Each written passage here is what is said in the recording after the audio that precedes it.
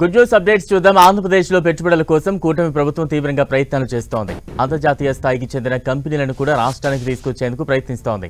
ఇందులో భాగంగా ప్రపంచ ప్రఖ్యాత పారిశ్రామికవేత్త ఎలాన్ మస్క్ కు చెందిన టెస్లా కంపెనీని సైతం రాష్ట్రానికి తీసుకొచ్చేందుకు కసరత్తులు చేస్తున్నట్టు తెలుస్తోంది. సీఎం చంద్రబాబు తనకున్న పరిచయాలతో టెస్లా కంపెనీని రాష్ట్రంలో పెట్టించాలని దిశగా కృషి చేస్తున్నట్లు తెలుస్తోంది. ఇప్పటికే ఈ విషయాన్ని మస్క్ దృష్టికి కూడా తీసుకువెళ్లాలని తెలుస్తోంది. ఏపీలో టెస్లా కార్ల కంపెనీ పెడితే అమరావతి లేదా నెల్లూరు జిల్లాలో 1000 ఎకరాల భూమి ఇచ్చేందుకు ప్రభుత్వం సిద్ధంగా ఉన్నట్లు సంకేతాలు కూడా పంపినట్టు తెలుస్తోంది.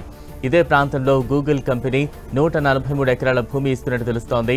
వాస్తు ప్రకార ఉత్తరాన వెంకటేశ్వరుడి ఆలయం, తూర్పున దేవేంద్ర పిరమిడ్, పడమర కొండలు, దక్షిణాన ఖాళీ భూమి ఉన్నాయని, దీన్ని బట్టి గూగుల్ సంస్థకు భూమిని కేటాయిస్తున్నట్లుగా స్థానికంగా ప్రచారం జరుగుతోంది. అలాగే ఈఎస్ఐ ఆసుపత్రి, medical college, Basavatarakam cancer institute కూడా ఆయా పరిసరాల్లో నిర్మించనున్నట్టు తెలుస్తోంది. అయితే ఈ కంపెనీలు రాష్ట్రంలో పెట్టుబడులు పెడుతున్నట్లు ప్రచారం జరుగుతోంది.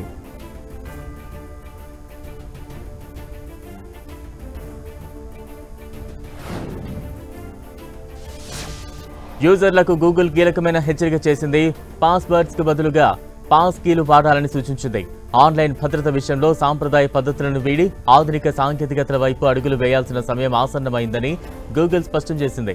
ముఖ్యంగా జీమెయిల్ లాంటి కీలక ఖాతాలను రక్షించుకోవడానికి పాస్వర్డ్లు, 2 ఫ్యాక్టర్ అథెంటికేషన్ లాంటి పాత పద్ధతులకు బదులుగా పాస్ కీలు, సైన్ ఇన్ విత్ గూగుల్ లాంటి సోషల్ లాగిన్లను ఉపయోగించాలని గూగుల్ సిఫార్సు చేస్తోంది. ఆర్టిఫిషియల్ ఇంటెలిజెన్స్ వాడకంతో సైబర్ నేరగాళ్లు మరింత చురుకుగా మారుతున్నారు.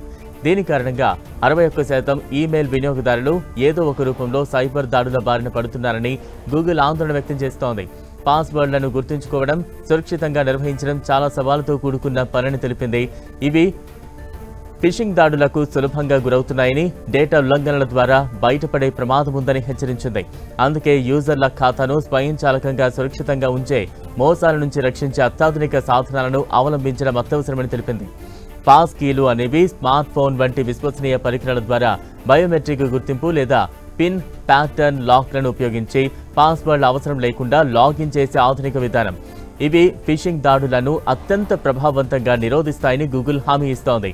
దీనివల్ల క్లిష్టమైన పాస్వర్డ్లను గుర్తుంచుకోవాల్సిన ఇబ్బంది లేదా అవి దొంగలించబడతాయనే ఆందోళన ఉండదు.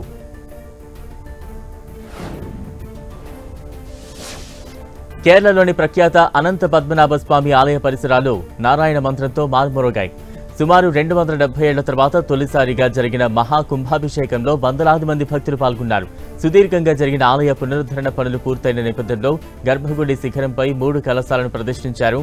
అనంతరం విశ్వక్సేనుడి విగ్రహాన్ని పునఃప్రతిష్ఠించారు. ఈ విగ్రహం 300 ఏళ్ల క్రితం నాటిది. కట్టు సర్కార యోగం విధానంలో దీనిని తయారు చేశారు.